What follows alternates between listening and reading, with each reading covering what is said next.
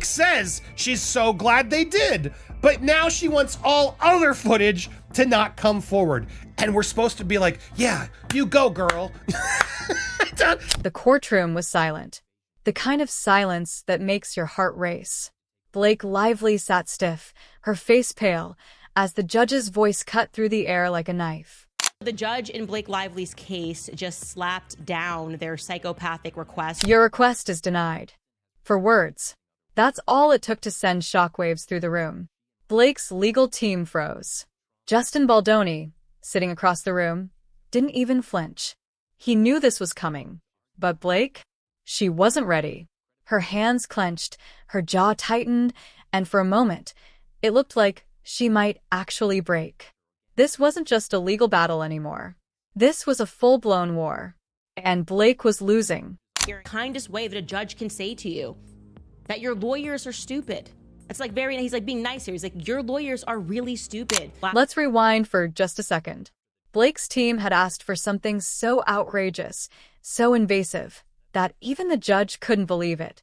They wanted 2.5 years of Justin Baldoni's life. Every text, every call, every location, even his doctor visits. The judge in Blake Lively's case just slapped down their psychopathic request for 2.5 years worth of every message that Justin Baldoni and Justin Heath and the PR agents have ever sent to everybody, plus location data. We knew that was going to happen. It was like they were trying to build a surveillance state around one man.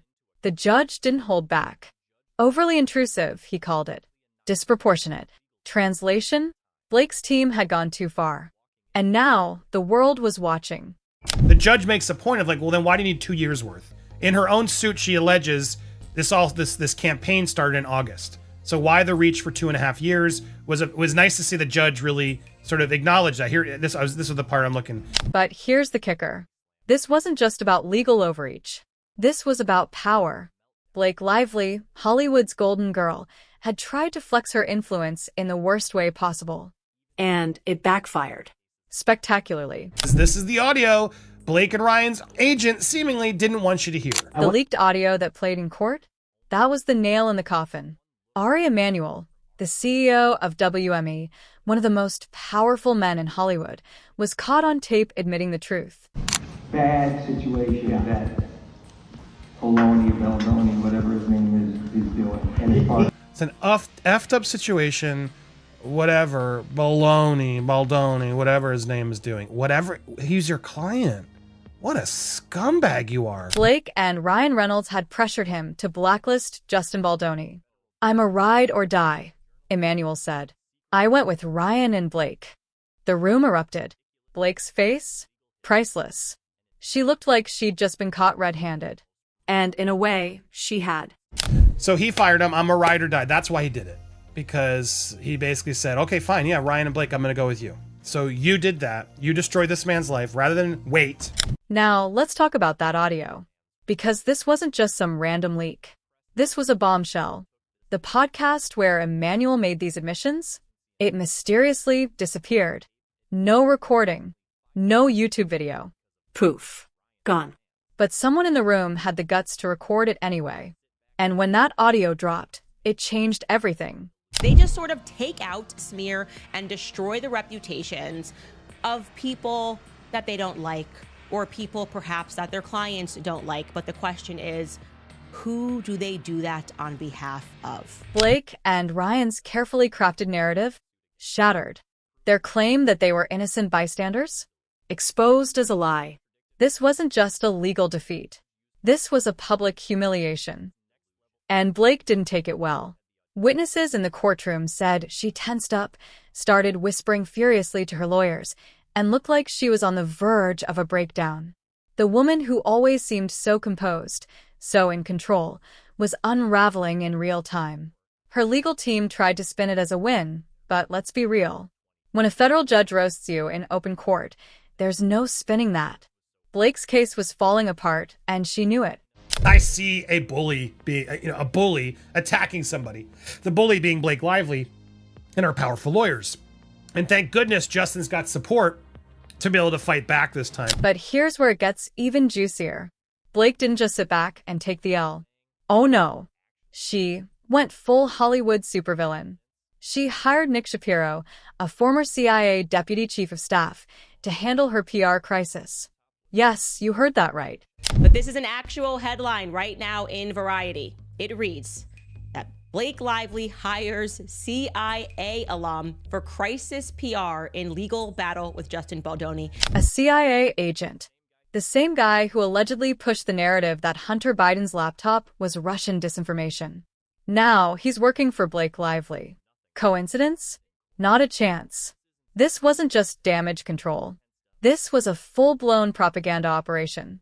Remember, a massive part of the CIA's job, really the most important part of the CIA's job, is managing public relations, because we, the people, wouldn't agree to go to war unless they sold that idea to us. They need a crisis. And it didn't stop there.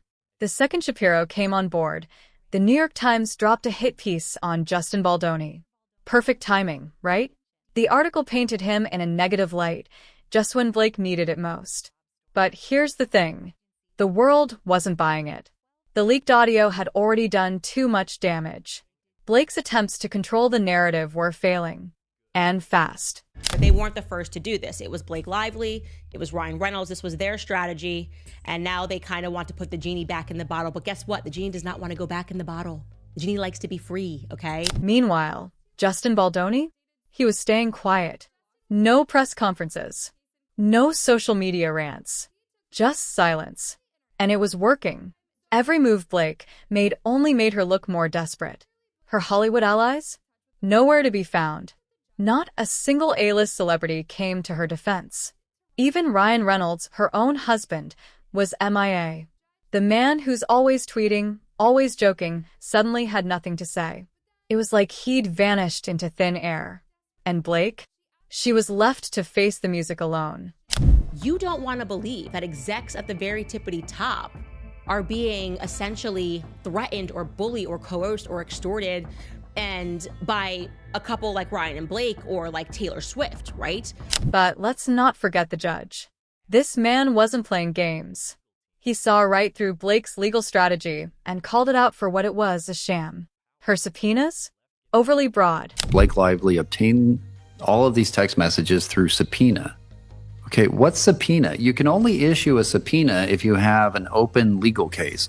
So you have to have a valid legal case. I can't just issue a subpoena to, the New York Times. Her requests? Ridiculous. And her case? Falling apart. The judge even used Blake's own lawsuit against her, pointing out how her demands made no sense. It was like watching a chess master dismantle an amateur. Blake thought she could outsmart the system. She was wrong. I mean, that first subpoena, as you pointed out when we talked on our prior show, it was massively overbroad. It basically asked for everything under the sun. And it was crazy. And it was never going to get granted in full. So I'm surprised they didn't back off and try to do a little more tailored at the beginning. And now the world is about to see even more. The judge has approved a live audio feed for the next hearing. That's right. The entire internet will get front row seats to Blake's legal disaster. Justin Baldoni universe, a judge is allowing the internet to join court. Not entirely for the whole court case, but for this Thursday, we'll be sharing live audio, not video, just audio of what goes down. No PR spin. No carefully curated leaks. Just raw, unfiltered reality. This isn't just a courtroom battle anymore. This is a public spectacle. And Blake Lively is the star of the show, whether she likes it or not. But here's the real question. What happens next? Blake's career is on the line. Her reputation is crumbling. And Justin Baldoni? He's sitting pretty, watching it all unfold. The leaked audio has given him the upper hand, and he's not letting go. If he decides to file a defamation lawsuit, it could be the final blow. Blake thought she could control the narrative. She thought she could silence her critics. But now, the truth is out. And it's not on her side. We have to distinguish between the two, what a standard court protective order is and what Blake Lively's team is asking for, which is an attorney's eyes only designation. So, what's the takeaway from all this? Power corrupts.